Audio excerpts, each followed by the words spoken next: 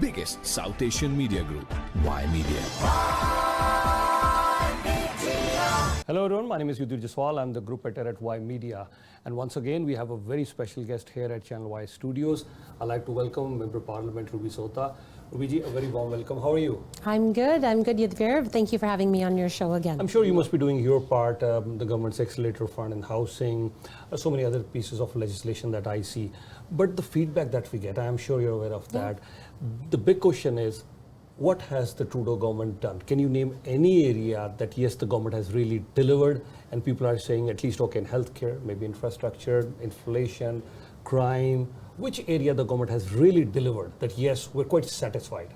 Yeah, I think actually our government is delivering in so many areas, almost too many areas, that everyone has come to believe that even if that issue falls into federal jurisdiction or not, let's go to the federal government. Every non-for-profit in my community, our cities, everyone is knocking at the government's door because we have been a partner to our municipalities. There's no infrastructure project that they have put in for that we have not worked with them and approved and delivered funding for, projects that are ready to be brought to our to a proposal stage. We have even funded in terms of the surge in crime we've seen. Like, these are very complex matters. So we have seen a surge in crime. There has been since the pandemic, and I think we talked about this last time as well. We are seeing a surge here, also to some degree in the US and other places. But especially here, we have seen it, people are feeling it, but supply has caused and triggered a lot of this due to the fact that criminal organizations can now profit at huge sums when it comes to vehicles and selling them abroad, where there wasn't such a market for it before, right? Since the pandemic, the market, it's not available on the market. Cars are not available. You can't even repair your car today if it takes maybe a year sometimes to get certain parts in.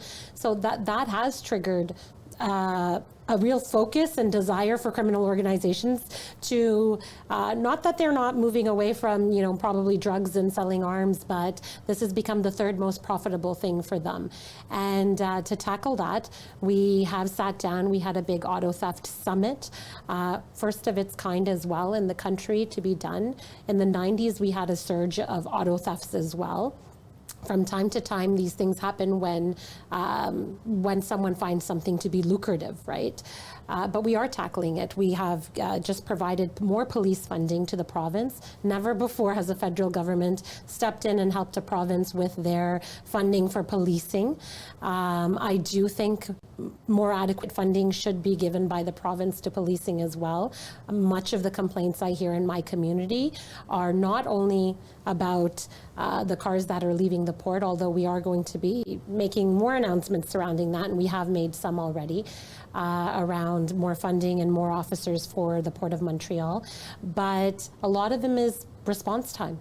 Not an interest, investigative work not being done on some of these cases, right? So we need to make sure our police forces are well funded. So we have stepped into that. We've stepped into housing, like you've said.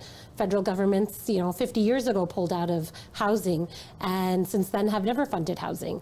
Not only we started with affordable housing, but now with the accelerator fund, you've seen in all the big cities and some rural communities that need it as well. We've given the funding that was taken away by the provincial government through their legislation, right?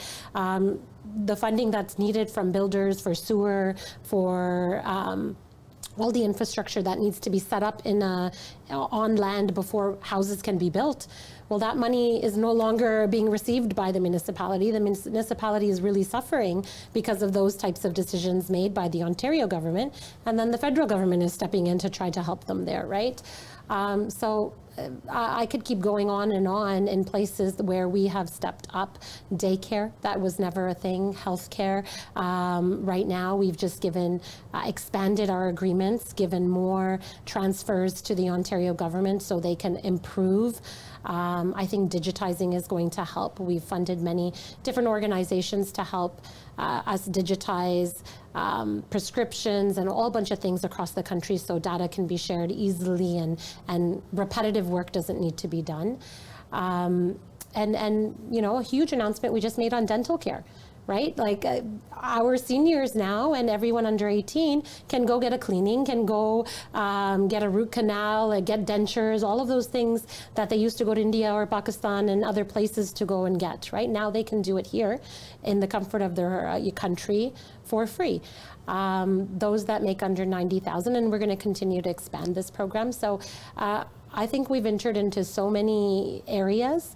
But I do feel, like you said, the sentiment out there, I do feel people are struggling with, some of the, because of inflation right now. And I think once inflation is under control, people will recognize a lot of these supports and these programs that have been created, because they're not just for today. They'll be for, the next 100 years to come.